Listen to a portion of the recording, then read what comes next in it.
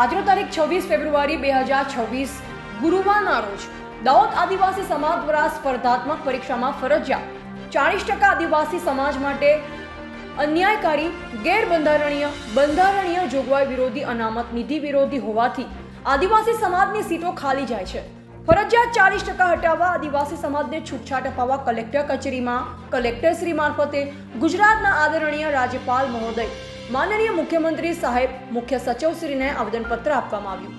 આદિવાસી સમાજના સામાજિક કાર્યકર લક્ષ્મણભાઈ વડકિયા, રાહુલભાઈ ભુરિયા, શૈલેષભાઈ તેમજ ખૂબ જ મોટી સંખ્યામાં યુવાનો ઉપસ્થિત રહ્યા. દાહોદ જિલ્લાના આદિવાસી યુવાનોની માંગ તાત્કાલિક ધોરણે ફરજિયાત 40%નો રેશિયો સામાન્ય વહીવટ વિભાગ દ્વારા બનાવવામાં આવ્યો છે. તે અનામત નીતિ વિરોધી, બંધારણ વિરોધી, બંધારણીય જોગવાઈ હોવાથી તાત્કાલિક ધોરણે રદ કરવામાં આવે. આદિવાસી સમાજની સીટો ખાલી દરેક ભરતીમાં રહી જાય છે. આદિવાસી સમાજને ન્યાય આપવામાં આવે. તાત્કાલિક ધોરણે ન્યાય આપવામાં આંદોલનની ચીમકી ઉચ્ચારવામાં આવી છે. તારીખ 18/5/2023, 22 જાન્યુઆરી 2026 ફરજિયાત 40%ની જોગવાઈ તાત્કાલિક ધોરણે હટાવવા માંગ લક્ષ્મણભાઈ વડકિયા, રાહુલભાઈ ભુરિયા, શૈલેષભાઈ સહિતના આદિવાસી યુવાનોએ કરી છે. રિપોર્ટર ભાવસી ભાભોર, સંજેલી, દાહોદ.